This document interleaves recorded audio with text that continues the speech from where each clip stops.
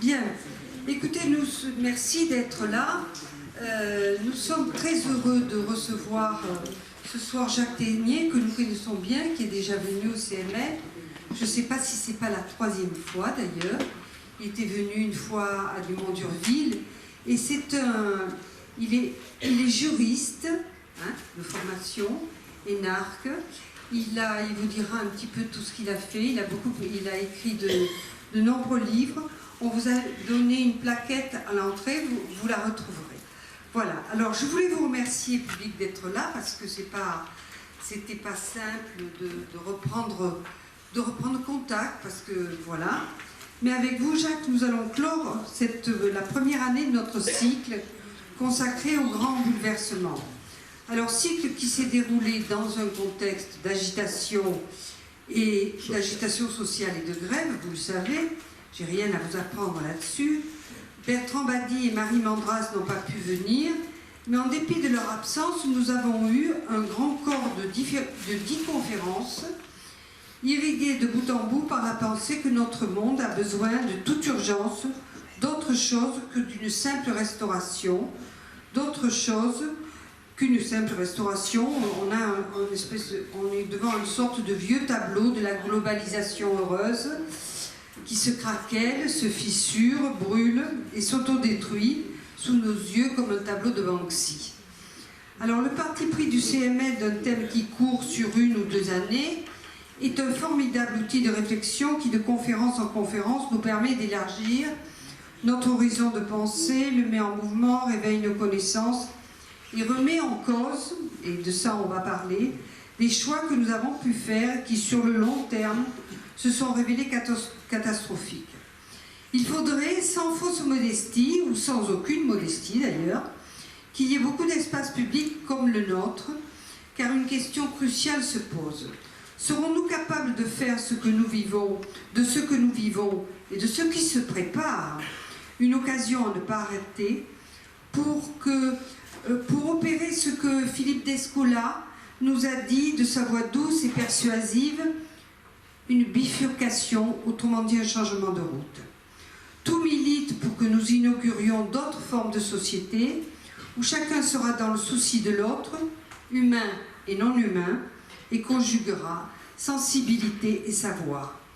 Nous plaidons avec force l'idée d'une haute vulgarisation, et dans le terme de vulgarisation, il n'y a rien de péjoratif, surtout quand elle est haute, donc une haute vulgarisation prise en charge par les meilleurs spécialistes, comme le dit si justement Michel Pastoureau. Alors, de ces meilleurs spécialistes, vous faites partie. Jacques Théniers, nous sommes très heureux de vous avoir avec nous ce soir. Merci. Merci. Alors, merci beaucoup, Marie-Paul Daru, de votre invitation. Merci beaucoup au Collège méditerranéen des libertés. C'est toujours un plaisir pour moi de venir auprès de vous. Ça fait déjà quelques années, en effet, que je suis venu pour la dernière fois.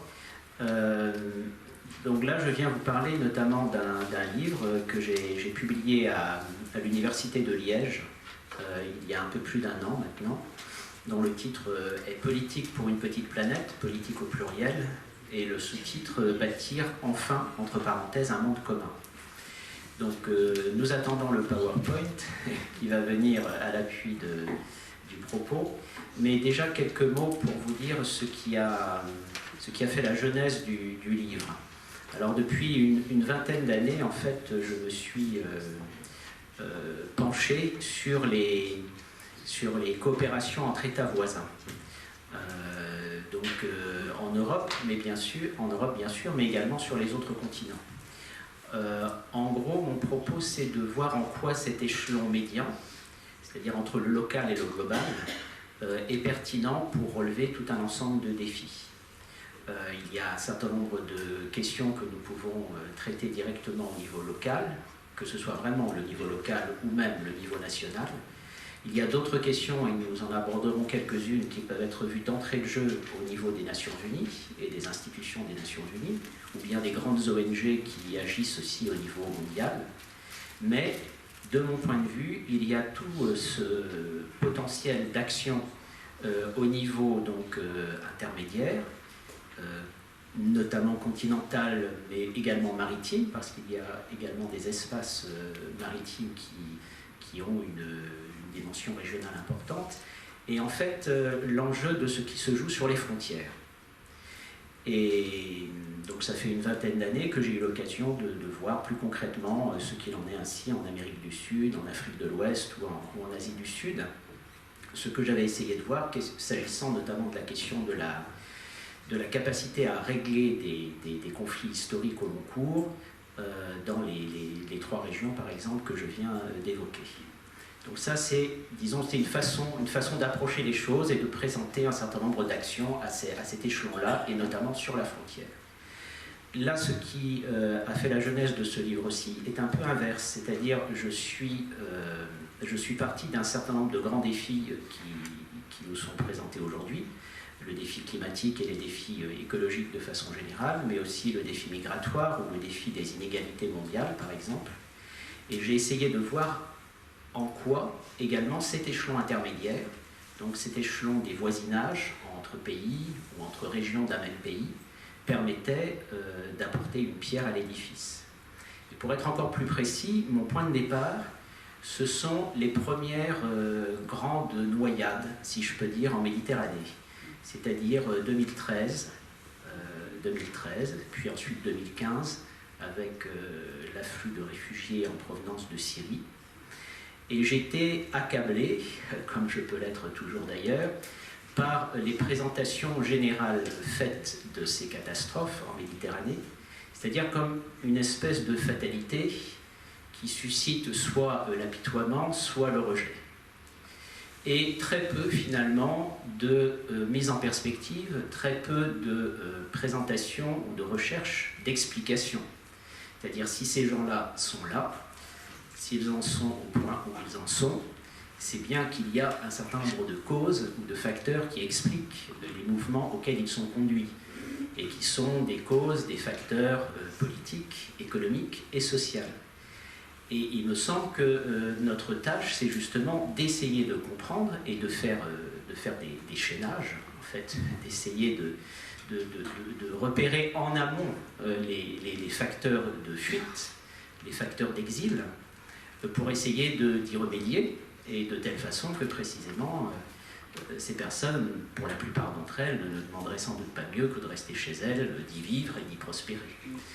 Et donc c'est ce que j'ai essayé de faire, c'est-à-dire de partir d'un diagnostic, donc dans ce champ-là, le champ migratoire, mais aussi dans le champ écologique, ou dans le champ des inégalités sociales, à la fois entre pays sur la planète, mais aussi à l'intérieur des pays.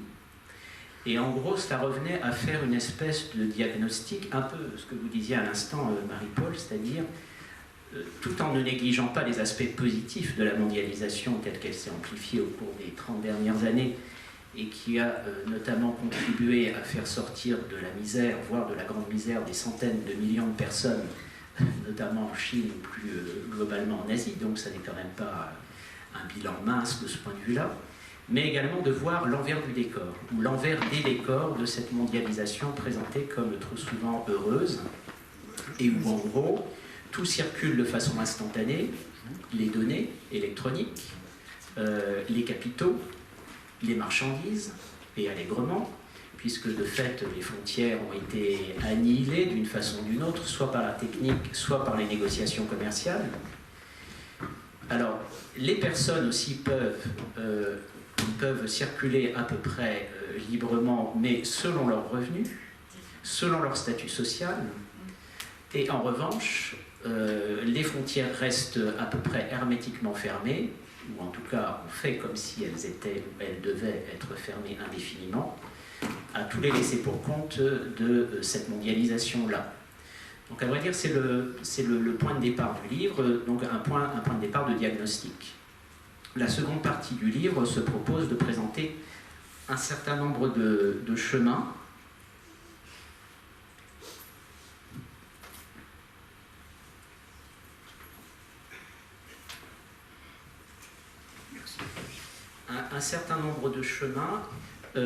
résultant notamment de cet échelon intermédiaire dont je vous parlais tout à l'heure, c'est-à-dire que peut-il être fait à proximité, entre les pays voisins, en Afrique, en Amérique et en Asie. Et le troisième temps du livre présente en réalité l'objectif, c'est-à-dire que serait une mondialisation où il y aurait un peu plus de modération des appétits.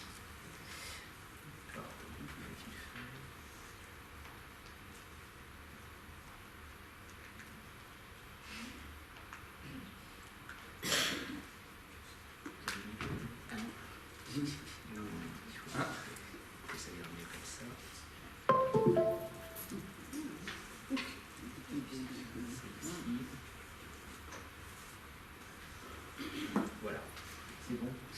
C'est bon. Si je mets le grand écran, là c'est le grand écran. Oui, ça doit être bon. Oui. Oui. Ça va, vous évoquez?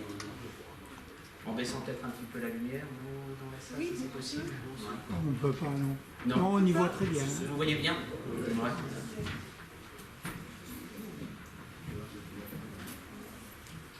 Je vous gêne? Parce que si je vous gêne, je souhaite un autre débat. Non, ça va?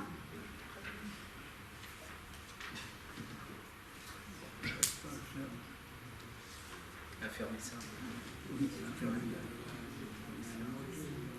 Ça marche pas.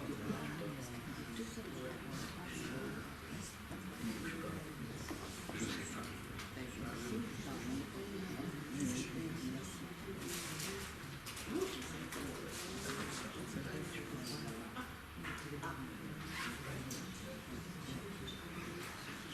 Bon, nous allons essayer de faire comme ça. Je pense que ça devrait aller. Ce serait plus grand, ce serait mieux, c'est ça? Ouais. Le petit bouton en bas à droite. Petit bouton en bas.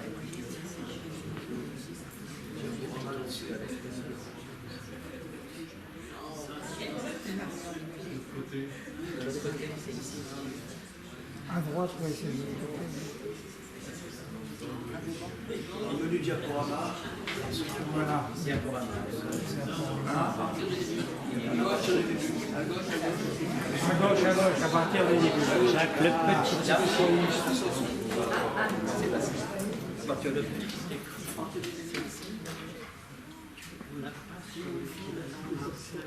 Eh oui.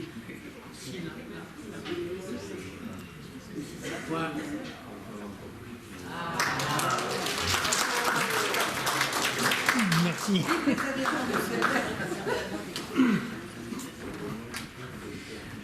Oui, donc, pour reprendre le propos et maintenant me caler un peu plus nettement sur le document que vous avez sous les yeux, le point de départ, c'est bien ça, hein, c'est cette incompréhension devant l'absence de relation faite entre des événements présentés quasiment comme une fatalité et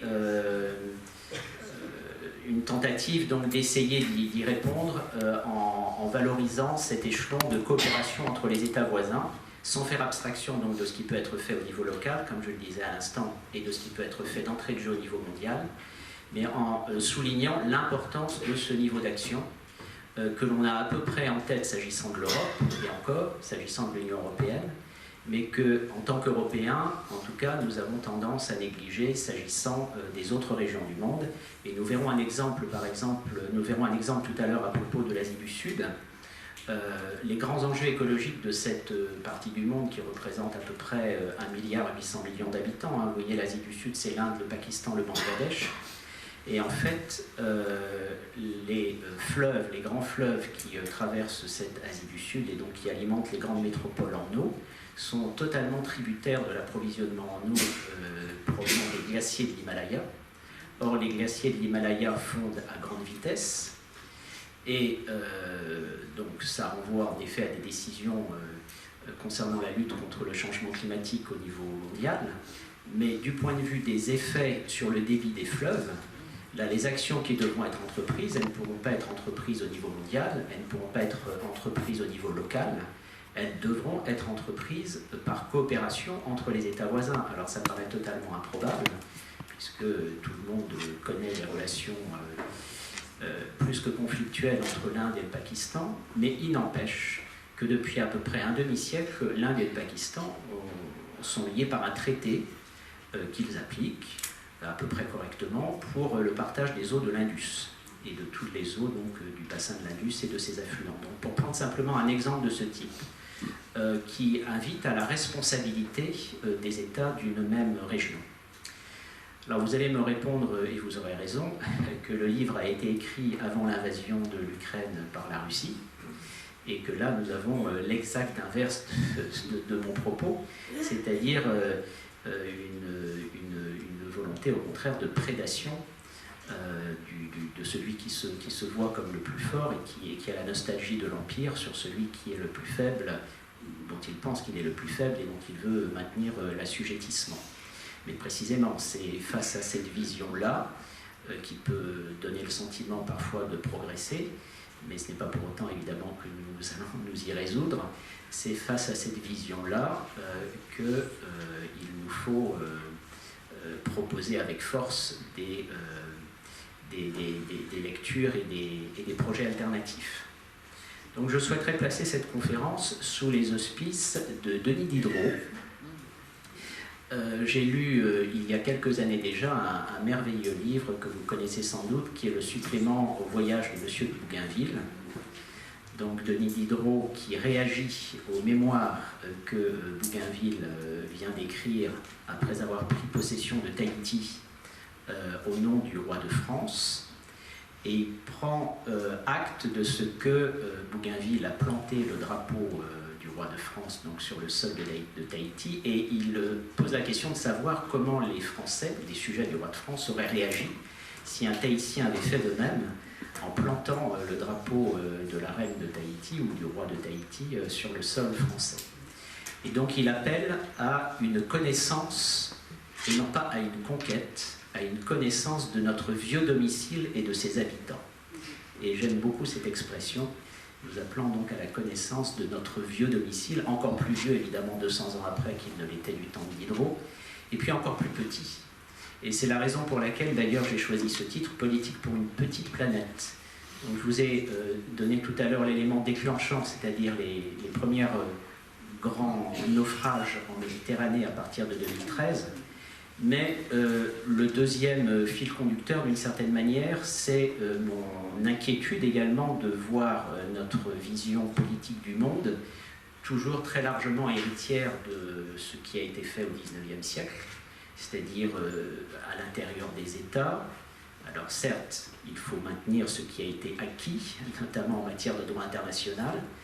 Il ne faut pas céder sur ce point, mais il faut aller au-delà, parce que nous avons à raisonner presque exclusivement encore dans le cadre des États tels qu'ils sont constitués et non pas avec des dimensions plus larges. Nous avons, à vrai dire, une dimension politique qui s'érode, qui perd de sa force, qui devient même parfois d'une certaine manière anachronique par rapport à toutes les puissances qui s'exercent, elles, et toutes les forces qui s'exercent, elles, d'entrée de jeu, à des échelles bien plus grandes. Je parlais de la circulation instantanée des données électroniques tout à l'heure. On peut dire la même chose de la circulation des capitaux sur les marchés financiers. On peut dire la même chose de la façon dont la planète aujourd'hui est prise dans un entrelac de câbles sous-marins ou de liaisons satellites. Et nous continuons toujours à avoir en effet des fonctionnements politiques qui sont à peu près inchangés depuis le XIXe siècle. Alors, il y a quelques évolutions importantes dans le cadre de l'Union européenne, où là, en effet, on a cessé de mettre sur le métier depuis des décennies un travail lent, souvent ingrat, de tentative de parvenir à des compromis entre les États membres de l'Union européenne. Mais ça reste finalement, par rapport à la rapidité des évolutions et puis à la puissance des forces, qu'on pense aux grands groupes multinationaux et notamment aux GAFA, ça reste une espèce de course de vitesse entre le politique et les grandes puissances économiques qui, à certains égards, sont bien plus capables d'agir que ne le sont les États, mais même les regroupements d'États. Google, par exemple, aujourd'hui, est en train de jeter un grand réseau triangulaire de câbles sous-marins qui va relier la Virginie aux États-Unis, au Portugal et au Togo. Donc pour assurer ainsi les connexions Internet d'une bonne partie de l'Afrique de l'Ouest. mais ce sont des infrastructures qui sont à la main de Google, qui ne sont pas à la main des États. Et donc les grandes infrastructures d'autrefois, ferroviaires par exemple, qui ont construit en grande partie les économies européennes d'aujourd'hui, pour partie sur un continent comme l'Afrique aujourd'hui, ce sont des infrastructures qui sont lancées par un projet chinois, celui des routes de la soie d'un côté, et par les grands acteurs américains de l'autre, que sont les GAFAM. Donc deuxième motivation de ce livre, en fait, c'est d'insister sur cette dimension rapetissée de la planète, donc par rapport à toutes ces forces qui sont capables d'agir directement sur elle, et puis rapetissée également par le caractère commun des défis auxquels nous sommes tous confrontés, et dont le plus évident, évidemment, est le défi climatique, et plus largement les défis écologiques liés notamment à la perte de la biodiversité ou à la pollution du plastique, par exemple. Donc, désir de placer cette intervention sous le signe et sous les auspices de Denis Diderot et de son supplément au voyage de Monsieur de Bougainville. Alors, pour commencer, donc là, vous voyez en gros le plan de l'intervention, donc c'est ce que je vous indiquais, qui correspond à peu près au plan du livre. Donc, le diagnostic d'un monde à la merci d'un grand nombre de prédateurs, les chemins à emprunter à travers la coopération régionale, et puis enfin l'objectif d'un monde plus partagé et de biens communs mieux protégés. Donc, en préambule, je souhaiterais donner un propos sur la croissance de la population mondiale au cours des 2 siècles écoulés. Parce que vous voyez aujourd'hui, le réchauffement climatique, il est calculé par rapport au début de la révolution industrielle. Plus 1,5 degré, plus 2 degrés par rapport à 1830 ou 1850. Donc j'ai trouvé intéressant, pour nous donner un peu de champ, de voir en effet ce qui s'est passé, y compris d'un point de vue démographique, au cours des 2 siècles écoulés. Donc 1830-2030, vous voyez qu'il y avait 3 millions d'Égyptiens en 1830 et qu'il y en aura 120 millions en 2030. Il y avait 15 millions de Mexicains en 1940, il y en aura 150 millions en 2030, donc 10 fois plus. 300 millions d'Indiens au moment de l'indépendance, bientôt 1,5 milliard, puisque c'est cette année que la population indienne devrait dépasser la population chinoise. Et globalement, dans le monde, 1 milliard d'habitants en 1830 et près de 8 milliards aujourd'hui. Alors ce n'est pas un défaut en soi, et c'est même une victoire de l'humanité, on peut dire, que d'être parvenu à faire vivre autant d'êtres humains sur la planète en même temps. Donc ça renvoie évidemment aux vaccins, aux antibiotiques, enfin, à tous les progrès médicaux, et puis aussi les progrès en termes d'alimentation et de mode de vie. Mais il n'empêche, il faut prendre en considération les pressions que cette démographie exerce sur tout un ensemble de milieux et qui conduisent des personnes, justement, comme Philippe Descola ou autres, à avoir inventé l'expression d'anthropocène pour dire que désormais, c'était bien l'homme qui définissait très largement les conditions de la vie de sa propre espèce. Donc c'est un élément qu'il faut avoir en compte, qu'il faut prendre en compte, et puis surtout bien différencier ensuite selon les régions du monde, parce qu'il y a un assez grand nombre de régions du monde où, à vrai dire, la transition démographique a eu lieu, ce qui est le cas par exemple en Afrique du Nord, ce qui est le cas dans la plupart des pays d'Amérique du Sud. Et aujourd'hui, les 2 grandes régions du monde dont les taux de croissance démographique sont les plus élevés sont notamment l'Afrique sahélienne, la République démocratique du Congo aussi, et puis l'Asie du Sud. Et ce sont des régions justement où les périls écologiques sont particulièrement aigus et les enjeux liés au changement climatique également.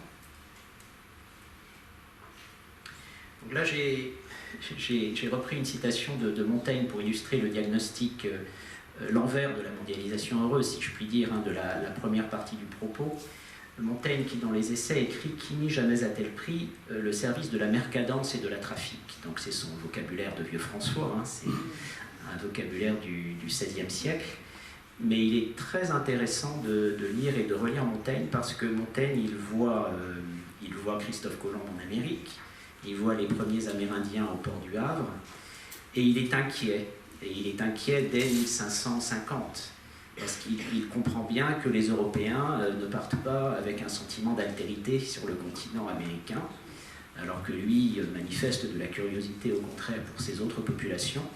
Et d'entrée de jeu, il s'interroge sur ce qu'il en est de la relation à venir entre le Nouveau Monde et l'Ancien Monde, et il voit qu'à vrai dire, la principale logique qui s'impose très rapidement, quelques années seulement après l'installation des Espagnols, notamment sur le continent américain, c'est une logique commandée par la cupidité, par la prédation et par l'exploitation inconsidérée des ressources.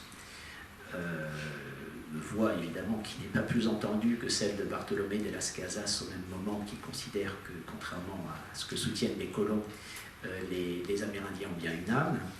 Mais d'une certaine manière, si on tire le fil des conditions dans lesquelles, pour le meilleur, donc ça je ne le nie pas, hein, mais pour le pire aussi, la révolution industrielle et plus largement donc cette mutation du capitalisme s'est faite notamment à partir du XVe et du XVIe siècle, il peut être intéressant de se reporter aux grands auteurs qui ont vu juste. Donc je vais essayer d'aller assez vite, c'est-à-dire d'évoquer simplement quelques grands thèmes pour ne pas être trop long et puis pour laisser surtout du temps aux échanges ensuite. Mais je voudrais principalement évoquer quelques problématiques. Donc la première, c'est celle du fait que, c'est ce que je vous disais à l'instant sur la libre circulation, c'est que l'argent est l'étalon quasiment unique de la mondialisation telle que nous la connaissons depuis une trentaine d'années. Donc il y a eu une généralisation du libre commerce et de la circulation de l'argent, donc création d'emplois par les investissements internationaux, les fracturations sociales, des enjeux également de rapatriement des bénéfices par les multinationales dans les pays où elles sont implantées, d'assèchement des ressources fiscales et douanières d'un grand nombre de pays du Sud par la négociation d'accords de libre-échange qui de fait les privent de ressources douanières qui constituaient leurs principales ressources parce que les impôts qu'elles perçoivent en généralement sont chiches, et puis le creusement des inégalités. Alors j'ai pris quelques exemples qui sont extraits du livre. Donc je n'ai pas voulu supprimer la source de la première mention parce que la source en question est en faillite actuellement. Il s'agit de la banque Crédit Suisse, donc je cite l'étude sous vos yeux. Manifestement, donc, elle était au fait des inégalités, la dite banque, puisqu'elle y contribuait à travers certains circuits d'évasion fiscale.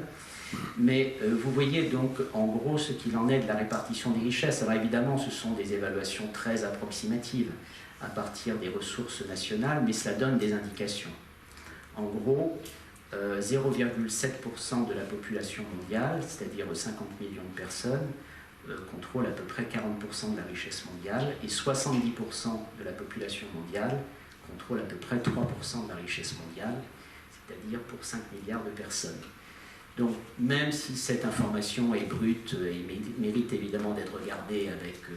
elle peut être contestée globalement, le chiffrage, lui, il est correct, et ça peut suffire déjà à donner une première explication au mouvement migratoire dont je parlais en introduction.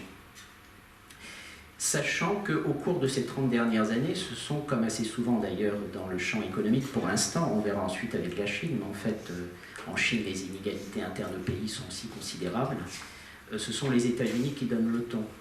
Or, au cours des 30 dernières années, bon là les données portent sur la période 1990-2015, la part des 10% d'Américains les plus riches dans la richesse américaine, donc des États-Unis, est passée de 34 à 41%, et la part des 50% des Américains les plus pauvres dans la richesse des États-Unis est passée de 21 à 18%.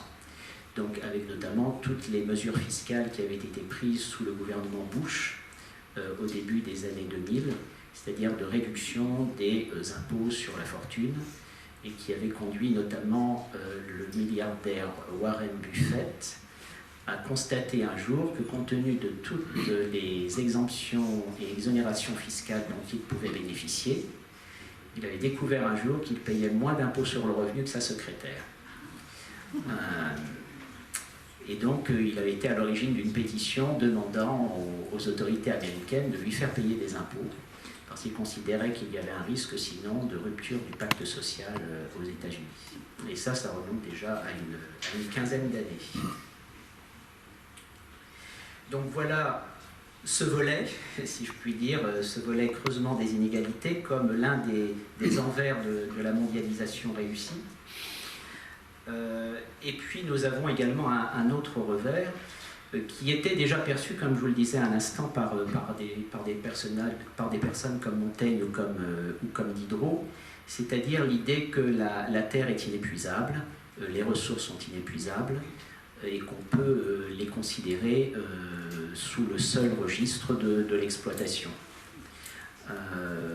Donc cela se traduit, et je pense que Philippe Descola a dû vous en parler bien plus savamment que moi, par des évolutions très, très ravageuses en matière de réduction de la biodiversité. Vous voyez qu'au cours des 40 dernières années, le nombre de vertébrés sur la planète a été diminué de moitié.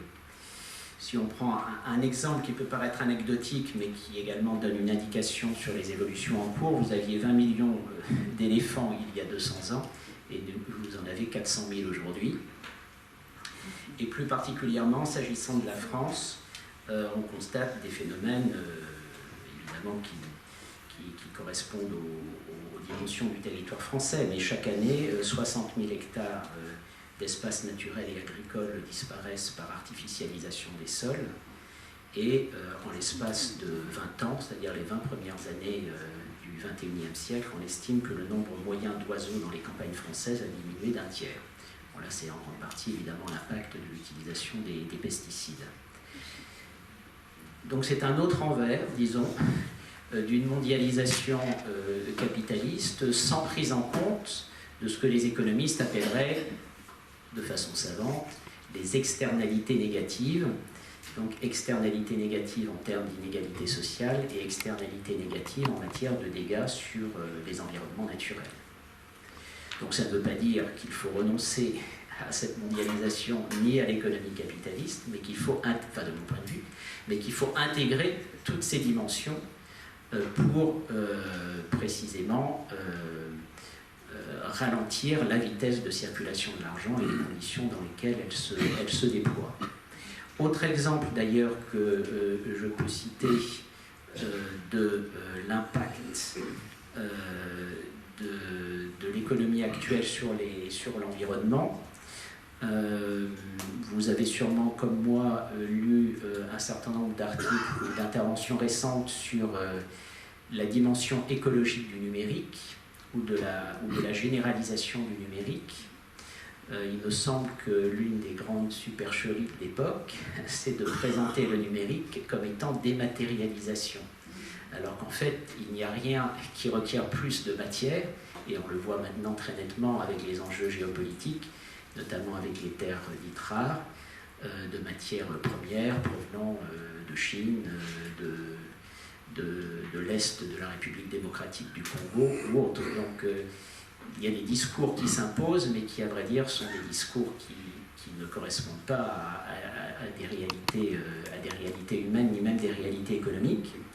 Et donc, pour ne prendre qu'un exemple, un ordinateur de 2 kg, celui-ci fait peut-être un petit peu moins, demande 20 kg de produits chimiques, 240 kg de combustible et un peu plus d'une tonne d'eau claire pour sa fabrication, donc depuis la conjugaison de tous les matériaux initiaux jusqu'à la sortie de l'appareil et à sa vente en magasin.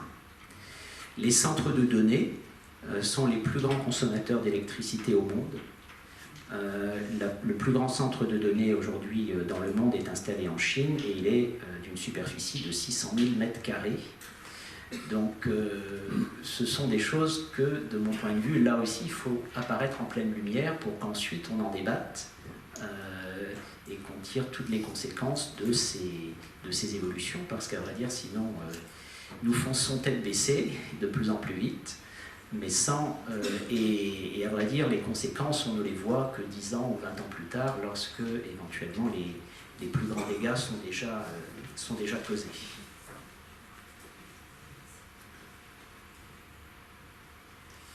Donc là, c'est une photo de manchots adélie qui sont en piètre posture.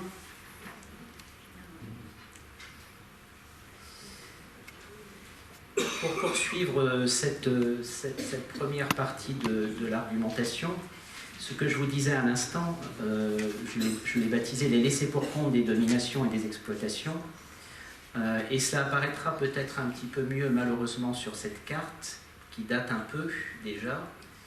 2014-2018, vous voyez en rouge les migrants morts en Méditerranée. Donc principalement entre la Tunisie et l'Italie, en tout cas sur cette période-là, entre 2014 et 2018. Vous en avez également beaucoup sur les côtes orientales de la Turquie, le Maroc, un petit peu entre le Maroc et l'Espagne. Aujourd'hui, vous avez vu lors du dernier naufrage qui s'est produit en Calabre, sur les côtes de la Calabre, qu'une nouvelle route particulièrement dangereuse aussi était très empruntée ces temps-ci. C'est la route qui relie les côtes turques au sud de l'Italie. Donc, le propos du livre, c'est de dire que ce n'est pas très étonnant, à vrai dire, que ces fuites se produisent.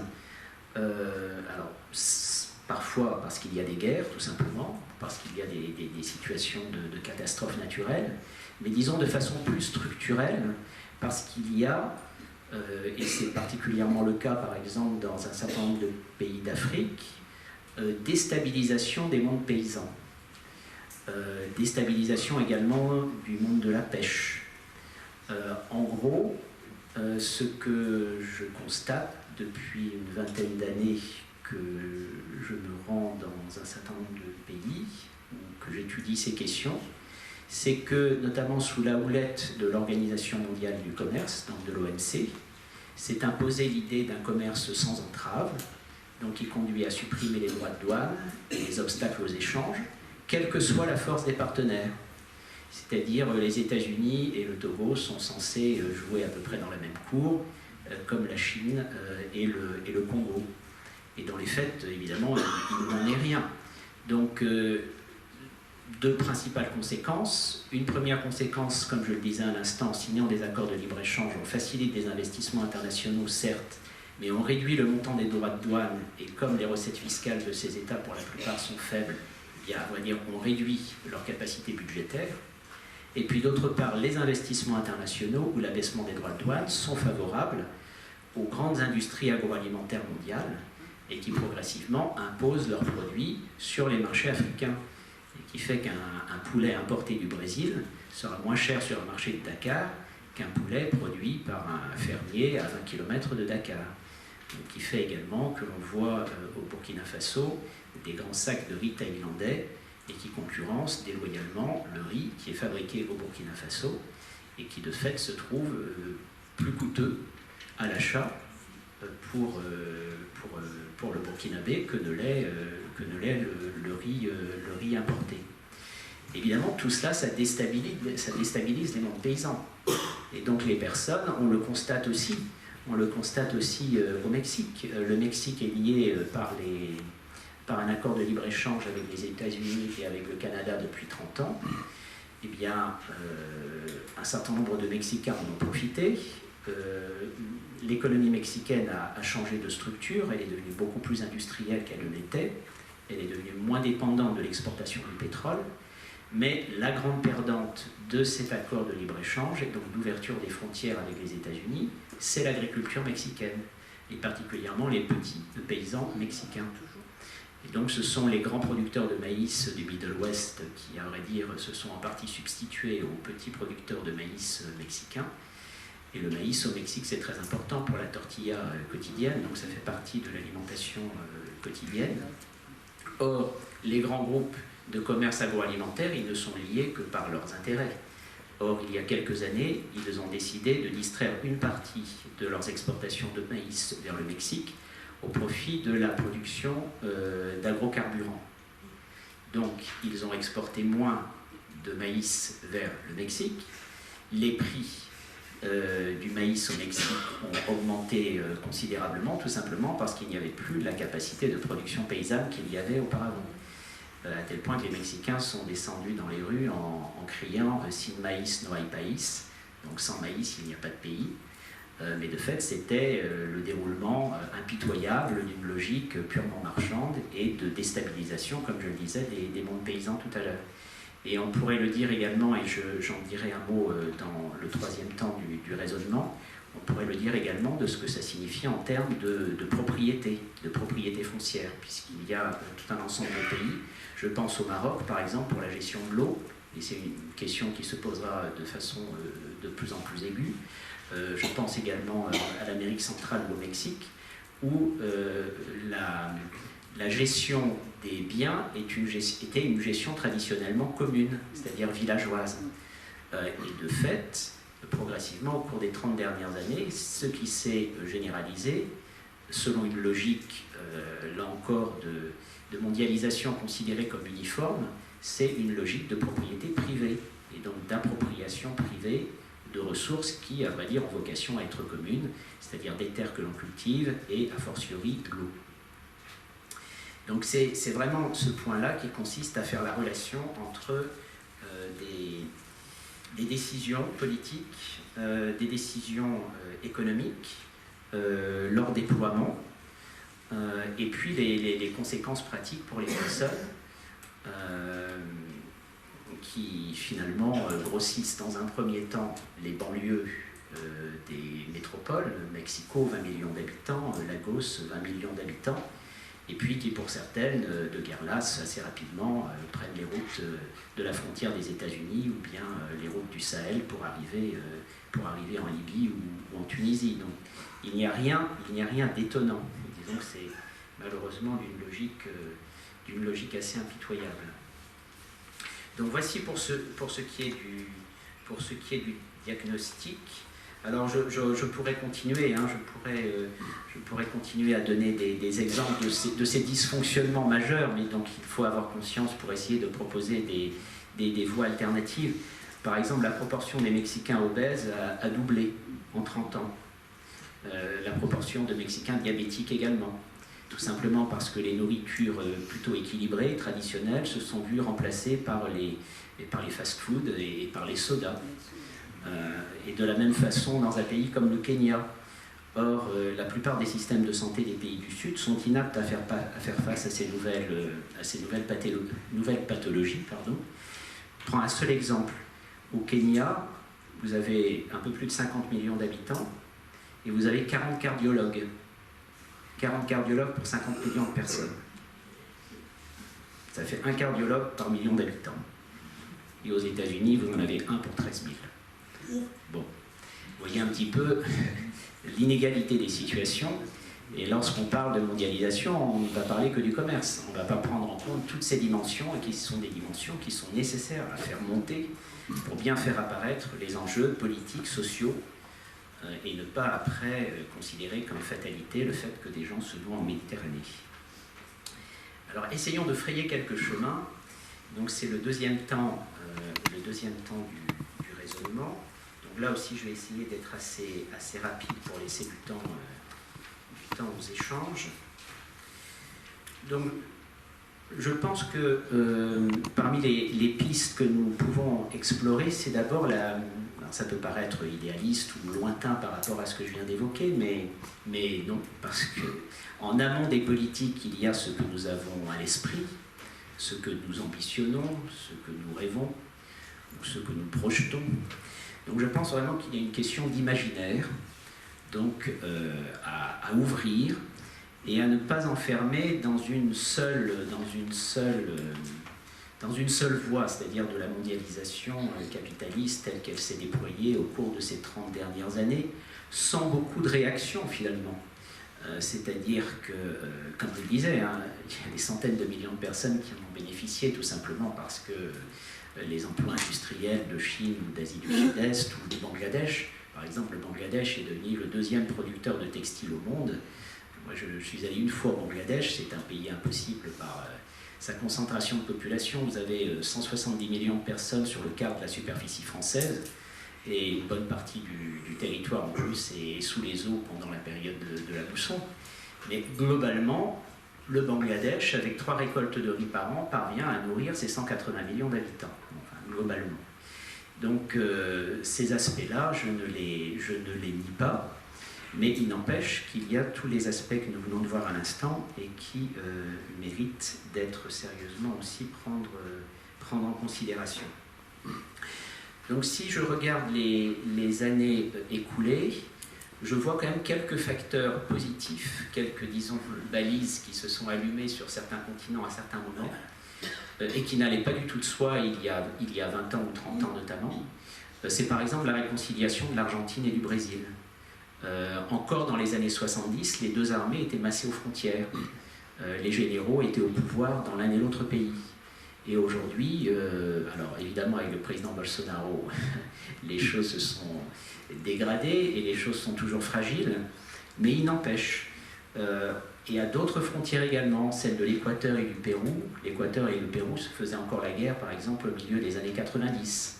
Donc ils ont considéré que ce temps-là était révolu et que les défis auxquels ils étaient confrontés conjointement étaient plus importants et justifiaient donc de bâtir des coopérations qui sont chaotiques, qui valent ce qu'elles valent, mais qui ont le mérite de mettre sur le devant de la scène, c'est ce que je disais tout à l'heure, les enjeux aux frontières et puis les enjeux géographiques. Et là, je pense aussi que ce que nous avons oublié en partie pendant ces 30 ans de mondialisation rapide, ce sont les réalités de la géographie. C'est ce que je vous disais tout à l'heure, l'Indus, il ne passe pas n'importe où. Il vient de l'Himalaya, il se jette dans la mer d'Arabie, et puis il traverse d'une part l'Inde et d'autre part le Pakistan. Le Rio de la Plata, c'est la même chose. Les fleuves ils viennent du Paraguay et du Brésil. Ils forment ensuite la frontière entre l'Argentine et l'Uruguay. Donc ces fleuves doivent être gérés par les voisins par rapport aux pollutions, par rapport à la circulation des bateaux, par rapport à l'exploitation des ressources. Et globalement, cela chemine. Alors ça chemine lentement, ça chemine difficilement. Il y a même des contre-exemples absolus. Alors je ne parle même pas du Proche-Orient, mais plus près de nous, le Maroc et l'Algérie, c'est le contre-exemple. Et sans même parler de l'Ukraine et de la Russie non plus. Le Maroc et l'Algérie, au début des années 90, pendant 3-4 ans, ont essayé de commencer à ouvrir leurs frontières et à coopérer, à relever ensemble quelques défis communs.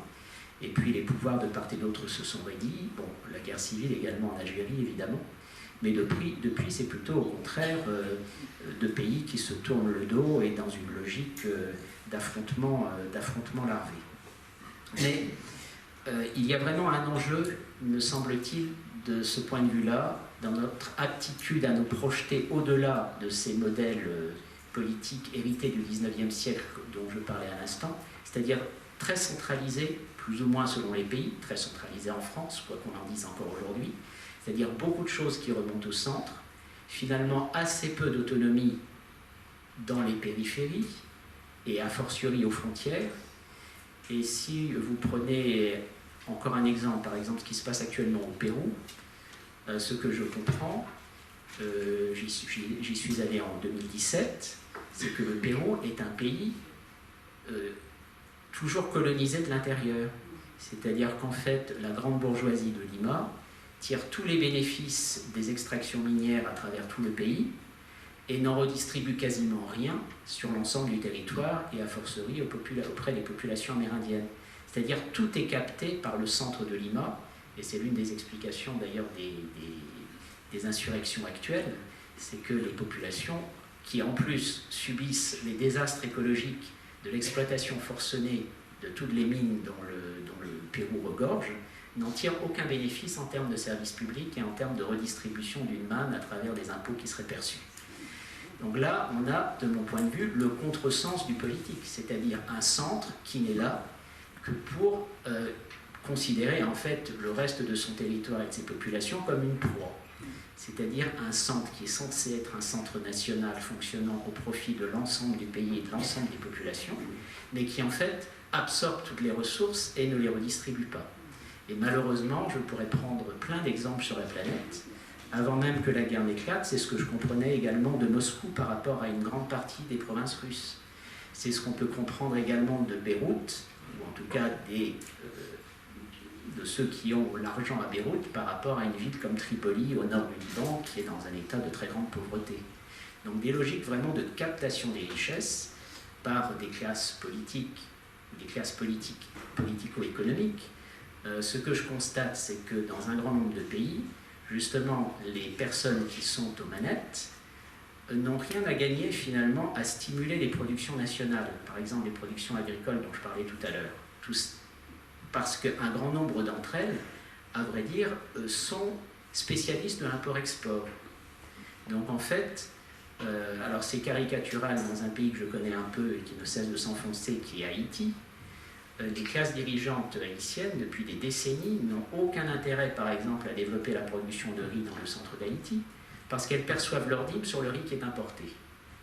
Donc elles n'ont aucun intérêt à développer la production de riz local qui bénéficierait aux populations, mais pas à elles. Donc vous voyez toute cette connexion entre un commerce mondial non régulé, non équilibré, au détriment en grande partie des populations locales sur les territoires, et a fortiori les territoires les plus loin de la capitale, et un centre qui considère en fait une grande partie de ces populations, une grande partie de ces territoires, comme faisant l'objet de leur propre prédation.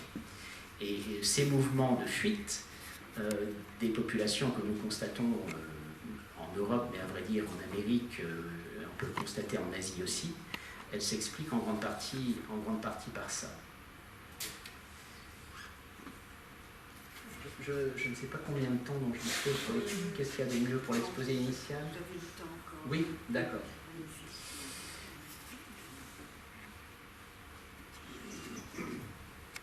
Donc je développerai un certain nombre de points si vous voulez par la suite, évidemment, mais je vais me contenter de cela pour ce chapitre-ci. Alors, j'ai déjà commencé à évoquer d'ailleurs, parce que dans le livre, j'essaie de regarder plus précisément, plus concrètement ce qui se passe à 3 échelles régionales. Donc l'échelle européenne, évidemment, que je connais le mieux. La question de la relation entre l'Europe et l'Afrique, et la question de l'Asie du Sud. Alors, je ne vais pas épuiser les questions, évidemment, de ces 3 régions du monde à ce stade. Je vais simplement lancer quelques jalons pour chacune d'entre elles pour alimenter justement nos échanges tout à l'heure. Quelles sont les grandes interrogations côté Europe, par exemple, en ce moment, du point de vue de notre aptitude commune en tant que citoyens européens, et non seulement en tant que citoyens de chacun des États dont nous sommes ressortissants, mais aussi en tant que citoyens européens, capables de se projeter d'entrée de jeu aussi à cette échelle-là, donc comme militants associatifs, ou comme électeurs, ou comme voyageurs, comme étudiants, comme enseignants, que sais-je. Pour commencer, sur la question de l'imaginaire, puisqu'il me semble qu'elle est première, il me semble justement que regardant les 30 dernières années, là aussi nous avons perdu pied, ou nous avons perdu un peu pied. C'est-à-dire si je regarde toutes les grandes initiatives culturelles européennes qui ont été prises, que ce soit par exemple, culturelles et éducatives, que ce soit le programme Erasmus, que ce soit la chaîne Arte, que ce soit le programme de coopération cinématographique média, que ce soit le programme des villes capitales européennes de la culture, à Paris le théâtre de l'Odéon, qui est devenu théâtre de l'Europe et qui invite beaucoup de cinéastes de différents pays européens avec des spectacles dans la langue du réalisateur, du metteur en scène, pardon, pas du cinéaste. Il me semble que toutes ces initiatives heureuses ont été prises à la fin des années 80, au début des années 90.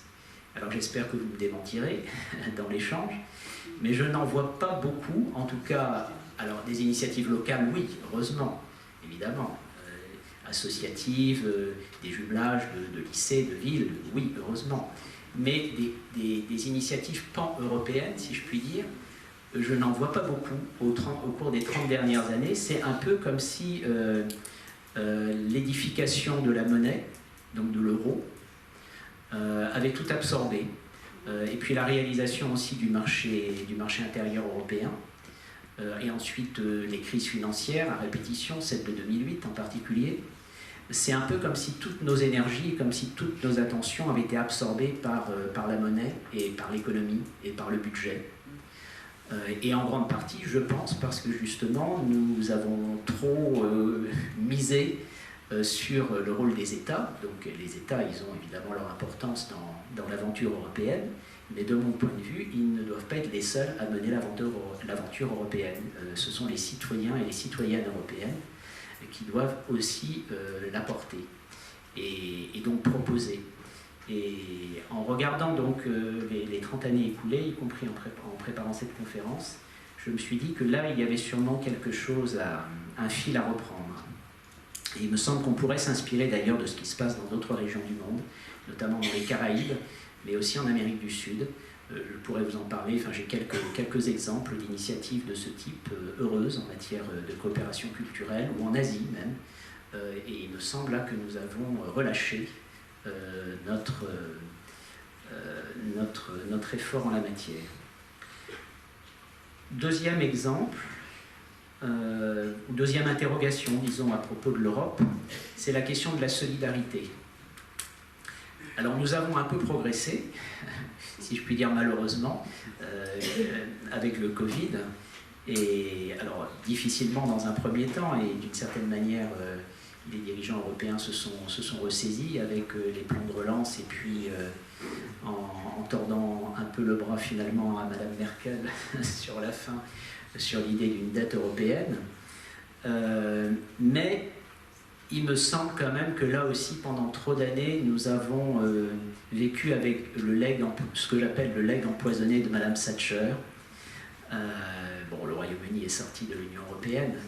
I want my money back.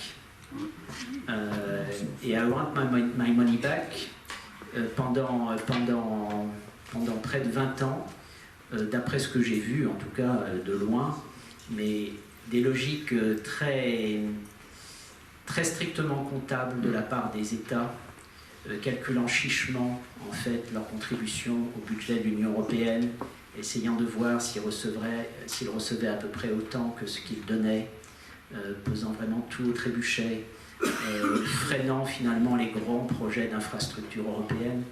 Pensez que Jacques Delors, il y a plus de 30 ans, avait un projet de grandes infrastructures ferroviaires européennes, et qu'on en est encore aujourd'hui à se dire que ça y est maintenant, il va falloir enfin mettre l'ouvrage sur le métier. Alors on l'a un peu fait, mais uniquement pour le TGV. On ne l'a pas fait du tout pour le transport de marchandises.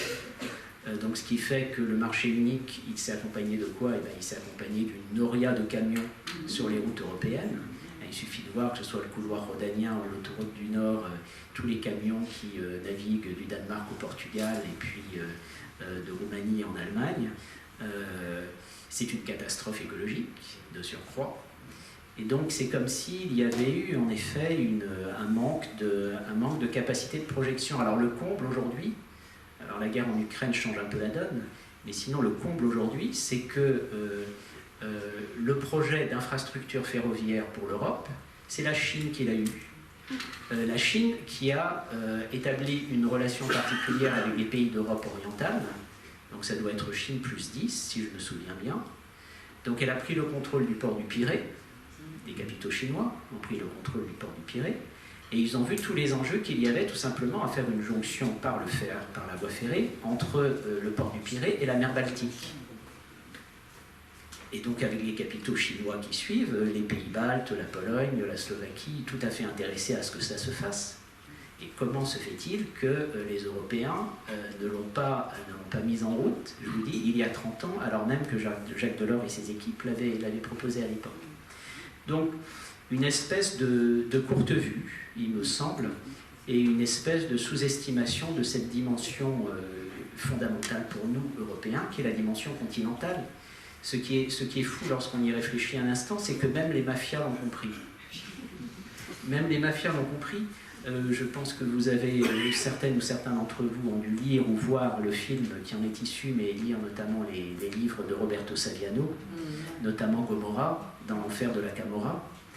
Et donc, ne serait-ce qu'à partir de la Camorra napolitaine, il montre très bien que les dirigeants de la Camorra, ils ont anticipé l'élargissement de l'Europe, de l'Union européenne à l'Europe centrale et orientale. Ils ont compris que ça signifiait de l'argent, des fonds structurels qui allaient se déverser, non pas à Varsovie ou à Bratislava, mais dans les régions périphériques de Pologne et de Slovaquie. Et donc, ce sont les milieux politiques des régions périphériques de Pologne et de Slovaquie que la Camorra a infiltrés, tout simplement pour pouvoir bénéficier ensuite de la manne des marchés publics qui seraient financés sur les fonds structurels européens. Mais les dirigeants de la Camorra, le dit Roberto Saviano, ils l'ont vu dès les années 2000. Lorsqu'ils ont vu élargissement à l'Europe centrale et orientale, ils ont vu le déversement de fonds européens sur les régions les plus pauvres de ces pays-là. Et donc, mafia européanisée, mafia mondialisée, et comme je vous le disais, une espèce de retard à l'allumage considérable du politique et du citoyen, c'est-à-dire en l'espèce, nous, du politique et du social par rapport aux GAFA d'un côté, par rapport à la Chine de l'autre, et par rapport aux mafias de toutes sortes de l'autre. Et donc, ne pas considérer que les États, membres de l'Union européenne, ont la clé à eux seuls de la construction européenne. Donc voilà les points sur lesquels je souhaitais insister s'agissant de l'Europe, c'est-à-dire ces deux questions de la culture, de la solidarité et plus largement de la capacité à se projeter.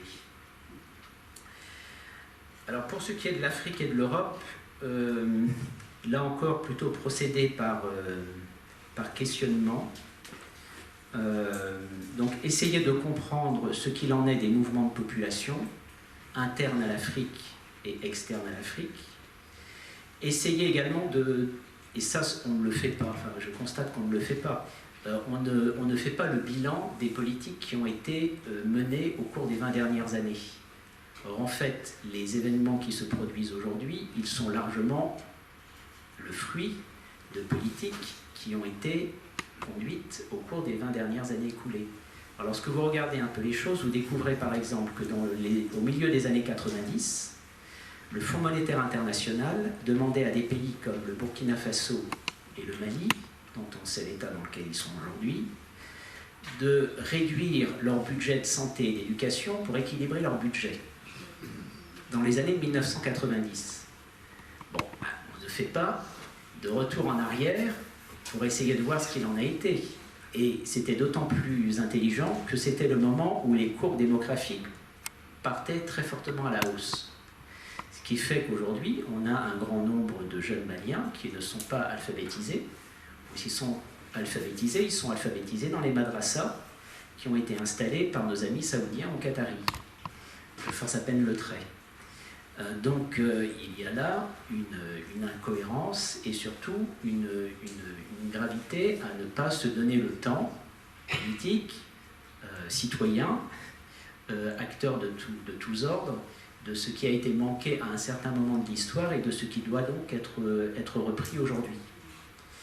Et de la même façon, je pense que pour ce qui est de la refondation de la relation entre l'Afrique et l'Europe, les États, évidemment, ont leur importance, les groupes économiques aussi, mais avec le bémol que je citais tout à l'heure en prenant l'exemple des grands groupes agroalimentaires qui, par construction, poursuivent leur intérêt et pas un intérêt qui soit plus large. Mais donc, tous les autres acteurs sont également très importants, c'est-à-dire les diasporas. Bon, c'est vrai qu'ils jouent déjà un rôle important parce que très souvent, d'ailleurs, elles sont à l'origine des plus grandes recettes, finalement, des États en question. Mais aussi les établissements de formation, générale comme professionnelle, les établissements de santé, les petites et moyennes entreprises. Enfin, c'est tout ça qui... Alors, la France essaie de mettre en lumière ces nouveaux acteurs lors des sommets qu'elle organise, mais d'une certaine manière, elle a un peu raté le coche hein, lorsqu'on voit les évolutions catastrophiques au Mali, au Burkina Faso ou en Centrafrique aujourd'hui. Il y a une espèce de, là encore, de retard à l'allumage par rapport à ce qui se déroule sous nos yeux. Alors il n'est jamais trop tard pour mieux faire, mais en tout cas, il faut être plus lucide et bien examiner ce qui a été manqué pour se projeter de meilleure façon par la suite. Pour ce qui est de l'Asie du Sud, alors une région qui peut nous paraître bien loin, et en effet elle est bien loin de nous, mais comme je vous le disais, près de 1,7 milliard, pas loin de 2 milliards de personnes maintenant, et des enjeux. Donc là je vous ai donné l'exemple de l'impact de la fonte des glaciers de l'Himalaya. Donc les glaciers de l'Himalaya, de mémoire, doivent représenter aujourd'hui une superficie, il doit y avoir 15 000 glaciers dans l'Himalaya. Ils représentent une superficie à peu près analogue à celle de la France, donc ça doit faire à peu près 500 000 km². Et normalement, d'ici 20 ans, il ne devrait plus y avoir que 150 000 km². Donc ils fondent à très grande vitesse. Alors on dira que le coup est parti, de ce point de vue-là, on ne ralentira pas la fonte des glaciers, mais en revanche, la situation peut encore être aggravée, si je puis dire, par un défaut de coopération. Alors je vais prendre des exemples de défauts de coopération et ensuite je vais prendre des exemples au contraire de coopération. Disons la tendance naturelle des grandes puissances et des grands États, et c'est le cas de l'Inde dans sa région, c'est de considérer que finalement elle peut imposer sa volonté à ses voisins. Et c'est ce qu'elle cherche à faire, notamment dans la gestion, donc non pas des eaux de l'Indus, mais à l'est, dans la gestion des eaux du Gange et du Brahmapoutre, par rapport au Bangladesh. Le Bangladesh est en aval de ce que gère l'Inde. Et en réalité, donc, l'Inde fait assez peu cas, finalement, des besoins en eau du Bangladesh. Et elle l'illustre particulièrement en construisant, sans coopération avec ses voisins, de grands barrages, donc dans le petit État himalayen du Sikkim, qu'elle avait annexé dans les années 1970. Et à vrai dire, elle fait la même chose que ce que que ce que la Chine fait au Tibet. Et là, en amont, notamment du cours du Brahmapoutre. Donc, c'est le type de décision qui peut provoquer des conséquences régionales absolument catastrophiques, en fait, au seul bénéfice des pays qui sont en amont. Et donc là, je pense que pour les décennies qui viennent, nous allons avoir beaucoup de conflits potentiels liés à ces enjeux de l'eau. Alors il faut montrer à l'inverse plutôt les bons exemples, et de façon assez étonnante, comme je vous le disais tout à l'heure, depuis les années 1960, l'Inde et le Pakistan gèrent conjointement, alors qu'elles se sont fait la guerre par la suite, les deux pays se sont fait la guerre après même la signature de ce traité sur les eaux de l'Indus et de ses affluents, et globalement ils les gèrent à peu près correctement conjointement. On pourrait dire à peu près la même chose de l'organisation du bassin du Mékong, où la Chine impose quand même assez largement les décisions, mais elle les partage un peu quand même aussi avec les pays de l'Asie du Sud-Est. Et si vous prenez un exemple qui nous est plus proche, celui des grands fleuves d'Europe, par exemple aujourd'hui il n'y a aucune gestion partagée à ma connaissance des eaux du Danube, donc c'est chacun pour soi, y compris en termes de centrales nucléaires par exemple, qui ont besoin de s'abreuver, si je puis dire, aux eaux du Danube, ou du point de vue des barrages. Et de façon très très étonnante, les États européens avaient vu cet enjeu de coopération pour le Rhin. Et donc il existe une gestion des eaux du Rhin qui est commune à tous les pays qui le traversent depuis 1815. Donc c'est au traité de Vienne que les États ont créé donc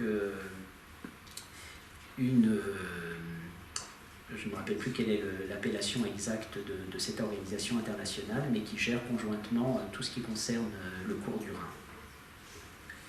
Alors, on pourrait citer également, je ne vais pas le faire parce que je serais un peu trop long, mais il existe une petite organisation de coopération régionale en Asie du Sud, donc qui rejoint ces pays improbables en termes de voisinage que sont l'Inde, le Pakistan et le Bangladesh. C'est l'Association pour la coopération régionale en Asie du Sud, et qui avait été créée notamment à l'initiative de Rajiv Gandhi, qui à l'époque était Premier ministre en Inde, et qui mène un certain nombre de petites coopérations régionales. Notamment, par exemple, ils ont décidé de créer des réserves communes d'urgence de stock de blé et de riz en cas de famine dans l'un des pays, ou en tout cas de graves crises alimentaires dans l'un des pays, de telle façon que les secours puissent arriver rapidement. De la même façon, il y a des coopérations aussi, alors ça peut paraître anodin, mais ça ne l'est pas, d'un point de vue météorologique dans la région, notamment pour tout ce qui concerne la saison des moussons. Et de la même façon, petite organisation régionale, je n'ai pas parlé de la région en question, mais on pourra y revenir si vous le souhaitez, dans les Caraïbes, vous avez également des coopérations régionales en matière de prévision météo. Et évidemment, c'est tout à fait important pour toutes les petites îles qui n'ont pas les moyens d'avoir leur propre service et qui permettent d'anticiper un peu, autant qu'il est possible, les cyclones. Donc trois exemples, donc trois exemples de régions, et notamment donc pour cette grande Asie du Sud. Alors grande Asie du Sud parce que c'est 20% de la population mondiale, mais c'est seulement 5% des terres émergées de la planète. Donc vous voyez à quel point, si vous voulez voir à quel point l'anthropocène est à l'œuvre, l'Asie du Sud c'est une très bonne région à étudier. Parce que, d'ailleurs, si vous regardez le globe, l'Afrique, à vrai dire, est beaucoup plus vaste que l'Asie du Sud. Et pour l'instant, elle est moins peuplée. Alors bientôt, elle va rattraper et doubler l'Asie du Sud en population. Mais pour l'instant, elle est bien moins peuplée. Et 5% des terres, 20% de la population. Et vous voyez, pour les 15 000 glaciers de l'Himalaya dont je parlais tout à l'heure, j'avais même sous-estimé la fonte, puisque de 500 000 km² en 2020, on pourrait passer à 100 000 km² en 2035. Donc une perte de 4/5 de la superficie des glaciers. Alors les glaciers de l'Himalaya, là je viens de parler de l'Asie du Sud, mais à vrai dire ils approvisionnent bien plus. C'est-à-dire ils approvisionnent également tous les fleuves qui vont vers la Chine, et ils approvisionnent tous les vers l'Asie centrale. Donc en fait vous avez quasiment la moitié de la planète qui est tributaire de l'Himalaya comme château d'eau, pour l'approvisionnement de tous ces fleuves et de toutes les grandes métropoles donc, qui sont en aval. D'où les enjeux. Alors, il y a une commission internationale des barrages qui est censée mettre un peu de l'ordre dans cette construction désordonnée de barrages, mais sinon, les autres décisions, il me semble qu'elles se résoudront soit par la guerre, soit par les coopérations régionales.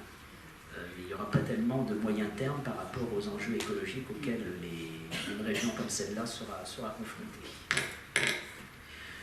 Troisième temps Je crois que si on veut laisser un petit peu de temps... Oui, on peut s'arrêter là peut-être Oui, sais pas. on peut s'arrêter là, si. Oui. Un petit mot. Très rapidement Allez, d'accord, allez. Bon, très rapidement, oui. Donc très rapidement, une question. Une question, me semble-t-il, qu'il faut que nous nous posons sur notre relation à la propriété. Je ne remets pas en cause la propriété privée, rassurez-vous. Je n'appelle pas à la collectivisation des terres, mais il me semble d'ailleurs la question se pose aujourd'hui, il y a la question des communs. Vous avez peut-être sûrement vu d'ailleurs ou entendu parler de la signature là, toute récente d'un traité au sein des Nations Unies sur la haute mer. Par ailleurs, il y a un certain nombre de traités qui ont déjà été signés concernant les fonds, les fonds marins. De la même façon, par exemple, jusqu'à quand l'Antarctique est protégée également de toute exploitation par un traité qui est respecté jusqu'à ce jour, mais on voit bien les tentations qui sont celles d'une exploitation à n'en plus finir. Et donc, ça nous pose des questions à nous-mêmes, parce que lorsqu'on relit la Déclaration des droits de l'homme et du citoyen de 1789, le droit de propriété est présenté, de la part de révolutionnaires, comme un droit inviolable et sacré. Bon, alors, ensuite, vous avez un article qui dit, ceci étant, il peut y avoir expropriation dès lors que la nécessité publique légalement constatée l'exige impérativement.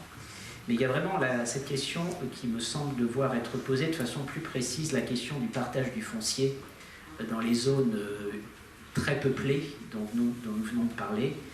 Il me semble qu'une logique, en tout cas, de propriété privée comme fondement de l'économie et comme fondement exclusif ne pourra pas tenir indéfiniment. Il y a tous les enjeux aussi de brevetabilité du vivant dans le commerce international. Un exemple, les États-Unis ont signé un accord de libre-échange avec la Colombie.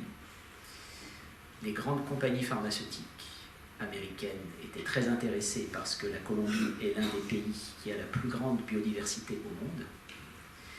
Et dans les jours qui ont suivi la signature de l'accord de libre-échange entre la Colombie et les États-Unis, la conseillère du président colombien de l'époque, le président Uribe, a été recrutée par une entreprise pharmaceutique des États-Unis. Donc elle avait accompli sa mission, elle pouvait désormais partir, on va dire, auprès de qui était son commanditaire. Et sur cette question, d'ailleurs, je parlais des Amérindiens rencontrés par Montaigne tout à l'heure.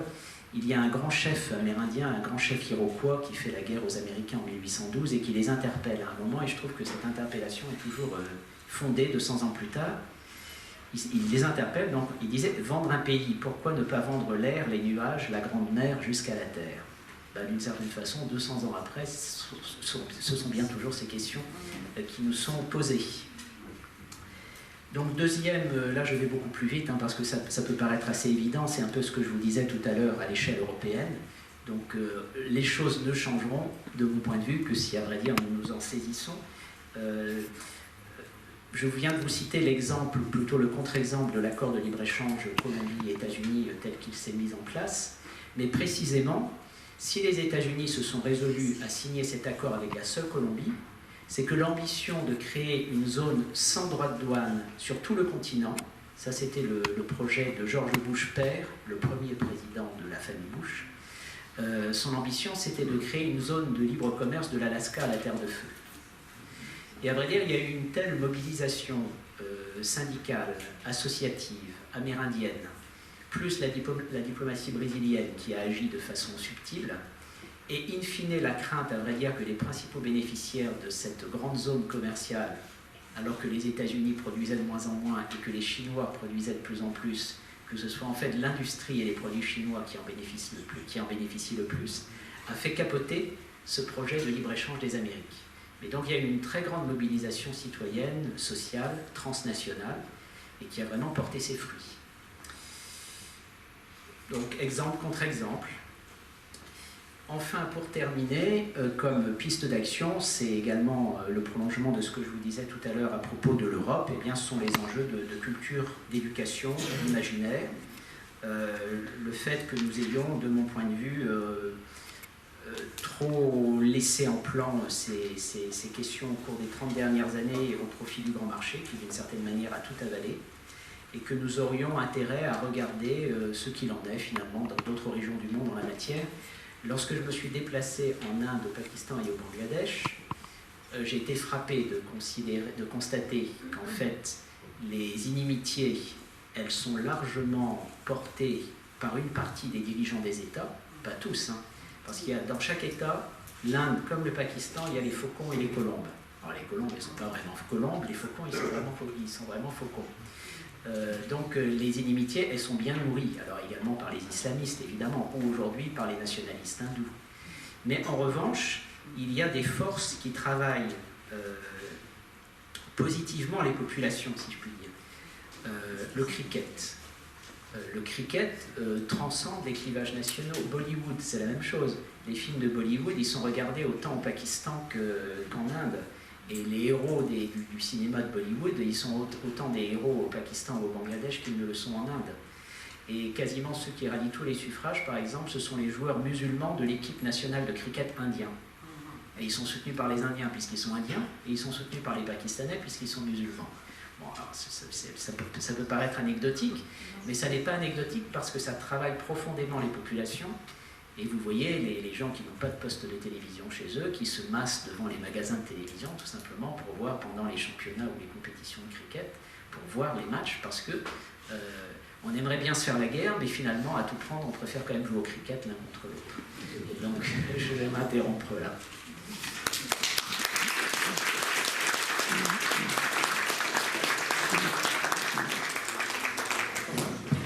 On n'aura pas beaucoup de temps, mais la conférence était formidable. Alors, qui donne la parole? Qui veut la parole?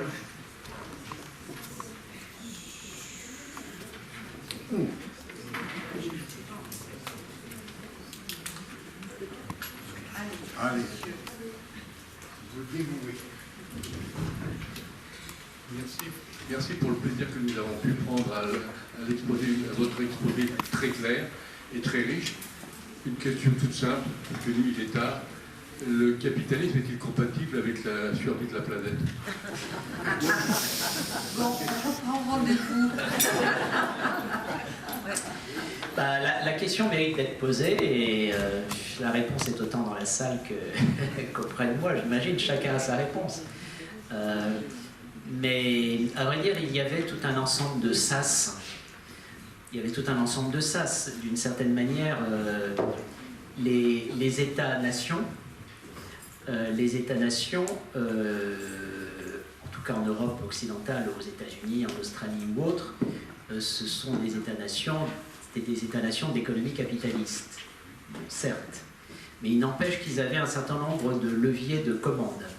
C'est-à-dire ils avaient le contrôle des changes, ils avaient les droits de douane, ils avaient éventuellement leur politique monétaire, ils avaient leur marché public, ils avaient aussi, et ils ont toujours, les instruments fiscaux, impôt sur le revenu, impôt sur le patrimoine.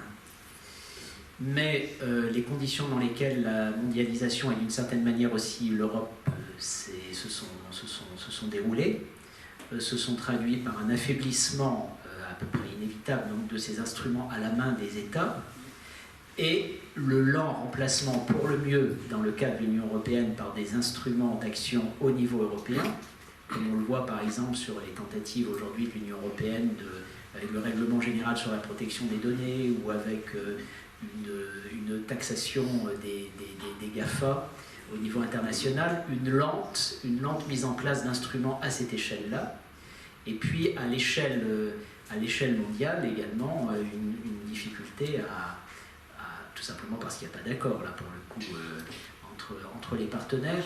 Je ne sais pas si vous vous rappelez qu'il y a de cela 20, si, parce qu'on cite toujours sa phrase, la phrase de Jacques Chirac à Johannesburg, notre maison brûle et nous regardons ailleurs. Donc ça c'était il y a 20 ans, je crois, ou un peu plus même. Oui. Et la France avec Jacques Chirac à l'époque demandait la création d'une organisation mondiale de l'environnement. Bon. Un peu le pendant de l'Organisation mondiale du commerce. Et il n'y a toujours pas d'Organisation mondiale de l'environnement. Donc il y a un petit programme des Nations Unies qui s'appelle le Programme des Nations Unies pour l'environnement, mais qui n'a pas la force de frappe et la capacité d'action d'une organisation mondiale. Donc le sujet est toujours sur la table, et ce qui devient de plus en plus sur la table, et à défaut de comment dirais-je, de bouleverser le capitalisme demain matin, il y a des enjeux en fait de rapport de force, y compris dans le droit, entre le droit du commerce, le droit de l'environnement, le droit social. Je cite notamment une décision très importante du Conseil constitutionnel du 31 janvier 2020. Et donc, le Conseil constitutionnel avait été saisi par des fabricants européens de produits phytopharmaceutiques qui souhaitaient exporter ailleurs dans le monde des produits qui étaient interdits de mise sur le marché en Europe par une directive européenne. ce qui arrive matin, midi et soir, hein, en matière de non-respect justement ailleurs, ce qui fait qu'on est conduit par exemple à calculer aujourd'hui le bilan carbone de l'Europe, importation comprise, parce que c'est trop facile. Si on exporte toutes nos productions polluantes en Afrique ou en Chine, de dire que ça y est, on a atteint la neutralité carbone, mais donc il faut la calculer, importation comprise. Et donc là, le Conseil constitutionnel a rendu la décision suivante, il a dit si la liberté d'entreprendre découle de l'article 4 de la Déclaration des droits de l'homme et du citoyen de 1789. Aujourd'hui, les objectifs également de valeur constitutionnelle, de protection de l'environnement et de la santé justifient l'interdiction d'exporter des produits phytopharmaceutiques contenant des substances non approuvées par l'Union européenne. Donc là, c'est une décision qui fait jurisprudence. Et c'est là-dessus, en fait, c'est là, pareil, c'est vraiment sur le terrain du droit que le combat doit être mené, à défaut de faire des bouleversements demain matin. Bien, écoutez, je suis vraiment désolée, mais je crois que nous allons être obligés d'arrêter. Alors, je voulais vous dire à quel point cette conférence était importante pour clore notre cycle, parce que vraiment, on retrouve des échos de ce que vous nous avez fait ce soir, tout le long des conférences que nous avons eues cette année. C'est une formidable conclusion. Alors, je trouve d'abord que la façon dont vous nous dévoilez les points aveugles, justement, tout ce qu'on ne voit pas, tout ce qu'on n'a pas compris. Par exemple, on regardait les norias de camions, on ne sait pas que 30 ans avant ou 20 ans avant, on avait une solution et qu'on ne l'avait pas prise. On ignorait par exemple qu'un petit ordinateur de 2 kilos pouvait manger autant de matières premières. Ça remet toutes ces choses en perspective. Et puis ce que je trouve très important, c'est que vous ayez parlé de notre imaginaire, qu'il faut reprendre en main notre imaginaire, qu'il n'y a pas une voie pour tous, mais qu'il y a plusieurs voies, il y a des solutions à inventer. Et moi je vous invite à acheter ce petit livre formidable qui s'appelle « Politique pour une petite planète ». Voilà, qui se trouve sur la table à l'extérieur, qui est vraiment un outil de compréhension du monde formidable. Jacques Ténier, 1000 merci pour cette conférence de culture.